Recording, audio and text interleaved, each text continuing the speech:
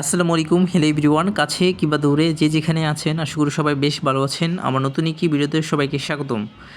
আমার এই শখের দেশি মুরগিটা অসুস্থ হয়ে যাওয়ার পর এই ফার্স্ট টাইম ডিম পারলো, আর এই ডিমটাই হলো প্রথম ডিম। দেখুন আকৃতিটা কীরকম, আগে যেরকম ডিম পারতো ঠিক সেরকম, কারণ আমার এই দেশি মুরগিটা কিন্তু তেমন বড় সাইজের নয়, যার কারণে ডিমের সাইজ কিন্তু একদম বড় নয় আবার একদম ছোটও নয়, মাঝারি সাইজের আছে। তো এই মুরগিগুলো যখন গ্রামে ডিম পারে তখন কিন্তু ছাড়া অবস্থায় প্রতিদিনেই ডিম পারে, আবার অনেক মুরগি আবার একদিন পর পর পারে।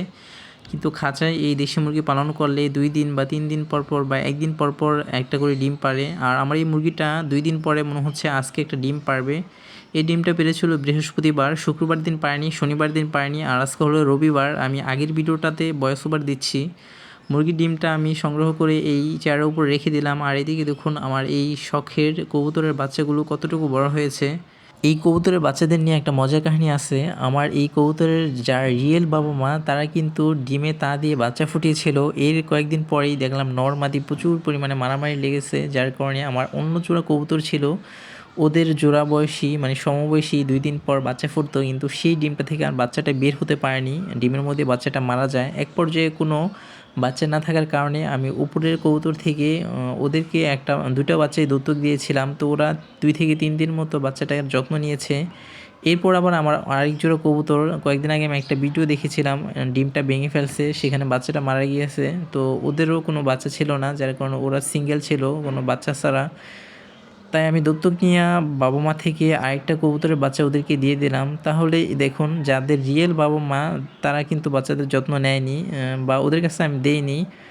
কিন্তু ওরা কিন্তু খুব শীঘ্রই ডিম পারবে, কারণ ওরা কিন্তু ম্যাটিং করছে, আর অনেক দিন হলো, প্রায় বাচ্চাদের বয়স 10 থেকে 12 দিনের মতো হবে, ওরা আলাদা আছে। তো ওদের মা বাবা খুব শীঘ্রই ডিম পারবে। আর এই যে দত্তক নেওয়া মা বাবা ওরা বাচ্চাদেরকে যত্ন নিচ্ছে, একটা বাচ্চা ওদের কাছে দিয়ে দিচ্ছে, আরেকটা বাচ্চা আরেক জোড়ার কাছে দিয়ে দিছি, কিন্তু ওরা খুব সুন্দরভাবে যত্ন নিচ্ছে, যার কারণে আমার বাচ্চাগুলো মাসাটা খুব শীঘ্রই কিন্তু বড় হয়ে যাচ্ছে। আর আমার এই ভিডিওটা বলেছি আমি বৃহস্পতিবার দিন করা, আর আজকে হলো রবিবার দিন। এই 3 দিনে আমার বাচ্চাগুলো আরও অনেকটাই বড় হয়ে গিয়েছে, এদের পাখা একদম গজিয়ে গিয়েছে। তো এই বাচ্চাগুলো আমি আরও 7 দিন পেলে তারপরে জবে করতে পারি, কারণ আমার এই কবুতরের বাচ্চাগুলো পালার কোনো ইচ্ছে নেই। আমার আরও অনেকগুলো কবুতর আছে, আর কবুতরের খাঁচাও নেই যে পালবো, যার কারণে এই বাচ্চাগুলো বিক্রিও করবো না। শুধু 2 জোড়া বাচ্চা নিয়ে হাটে যাওয়া ভালো দেখায় না, আর বাচ্চা আমি বিক্রিও করবো না, কারণ অনেক মাস পর কবুতরের বাচ্চা আমরা জবাই করতে যাচ্ছি। তো সবাই দোয়া করবেন যাতে এবার ভালোভাবে বাচ্চা পাই, আর আগের মতো যেন ডিম বাচ্চা নষ্ট না হয় বা শীতে না মারা যায়।